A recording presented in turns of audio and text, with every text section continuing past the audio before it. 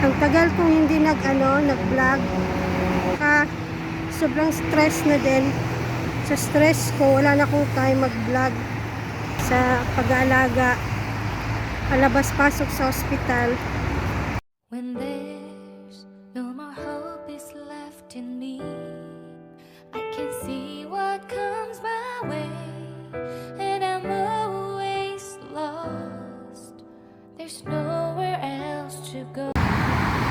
Hi mga lalabs. Ayan, nakita nyo, magkasunod yan guys, oh. Chowking, Jollibee at sa unahan ay KFC. Dun pa sa unahan yung kasunod ng Bank Muscat. Yan doon KFC, hindi man maano eh. Saglit, kapitan natin. Ayan, basta yung sa unahan guys, KFC. So yan ang KFC guys, oh. Hindi blurry man yung yung Hardee's at KFC mag-isang building. Yung lights ba blurry. Sa KFC yan siya. So nandito ako sa Alcor Street. Naglalakad ako, walking. Si Reye, dinrap ko lang dun sa The Champ. Kasi may karate class siya. Yan ang highway, super ingay. Kahabaan ng Sultan Qaboos Highway. Ang pinaka main highway ng Muscat, Oman. Ayan. Nag-iisang main highway.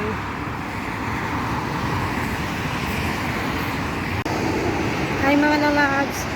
Matagal-tagal kung hindi nakapag-vlog ng walking. Ito pa talaga ako sa highway. Ang ingay-ingay.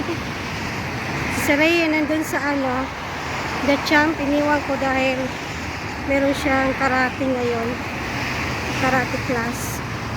So mahaba-haba pa itong lalakarin ko guys. Ito yung Alcor Street. Sa mga nag for good na sa Pilipinas, maalala nila yung street na ito.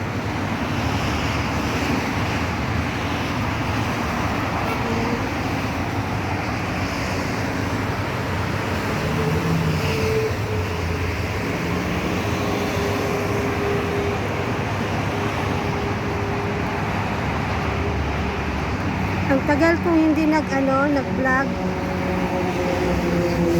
Alam mo yon, ang parang ano ba yun, hindi naman sa ando na yung tinamad at saka sobrang stress na din. Sa stress ko, wala na akong time mag-vlog dahil yung naman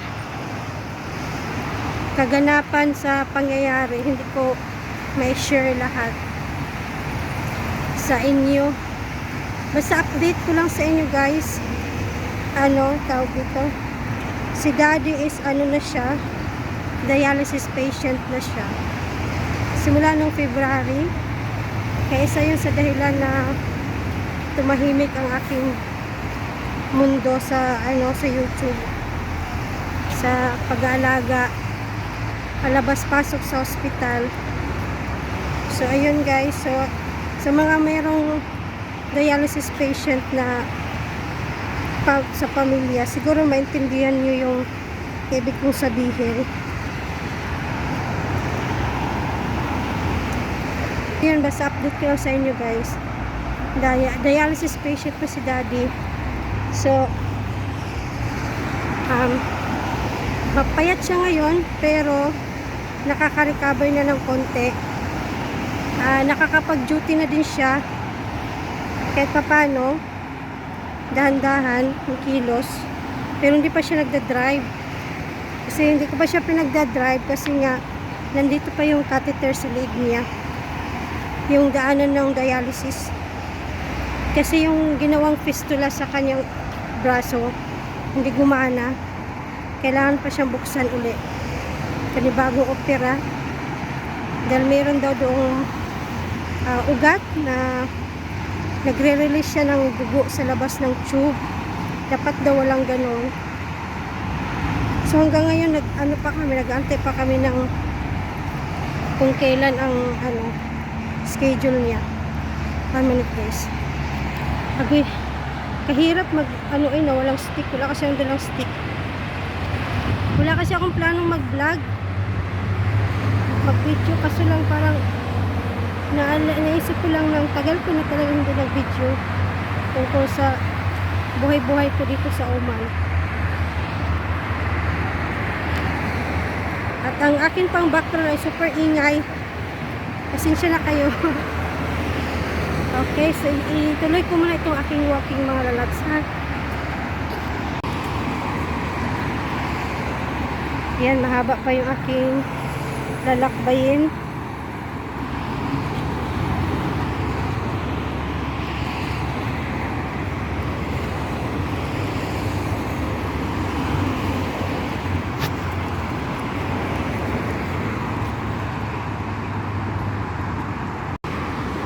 Yan, daan ako sa Bank Muscat, guys. Katabi lang ito ng Jollibee. Pero no Jollibee muna ngayon. Wala ako ng konting pera. Kasi bibili akong manok. Dito na tayo dumaan sa shortcut. Papuntang KM. Yung supermarket kasi hindi maingay. Huwag na dun sa, sa highway. Masyadong maingay doon. Ay. Tulo-tulo yung pawis ko. Summer na kasi mga lalabs, kaya na mainit na naman ang Oman. Parang nung buong winter wala akong vlog, no? So here, dito ang KM. Yan ang KM, guys. Yan ang KM. Ang blurry man eh. Football, guys, oh. Ito sa coffee shop. Kung sa Pilipinas, basketball ang pinagkakaguluhan. Dito naman, sa mga coffee shop is football. Ang laki-laki ng screen nila. No? Kasi Arab love football. Ewan ko anong games ito. So, ito na dito sa coffee shop yan. Nadaanan ko lang. Yan, nandito na ako, guys, sa KM. Dito kami palaging namimili kasi may points. Ayan, kakaipon ka ng points. Grabe ang pawis ko. Tapos pagpasok ko dito ang lamig. Good luck naman sa hubak, sa hika, at saka sakit ng likod. Punta ko sa taas, titingnan ko kung mayroong Aspen. Aspen yung paborito ni Daddy na cologne. Sa taas yun eh. Tingnan natin kung meron. Yan, dito. Garments kasi sa taas. Garments. Tapos sa baba is grocery. Diyan.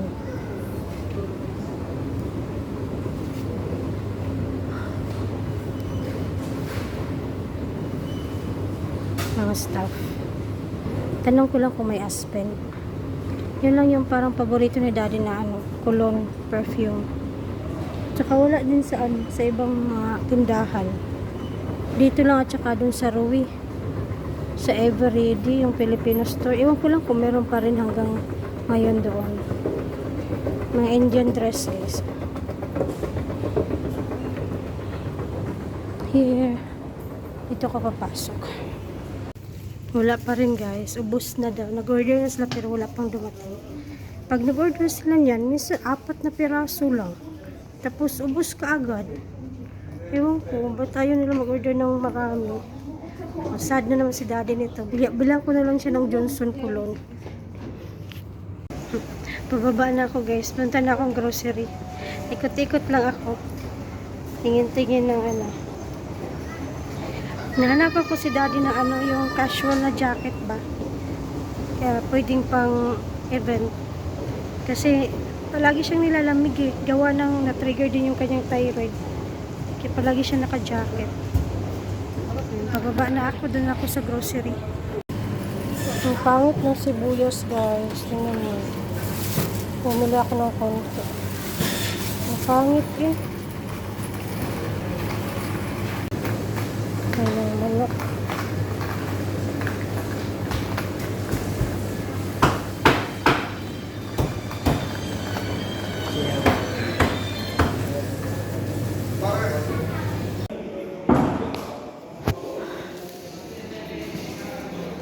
Guys, Akala ko tapos na si Rhea.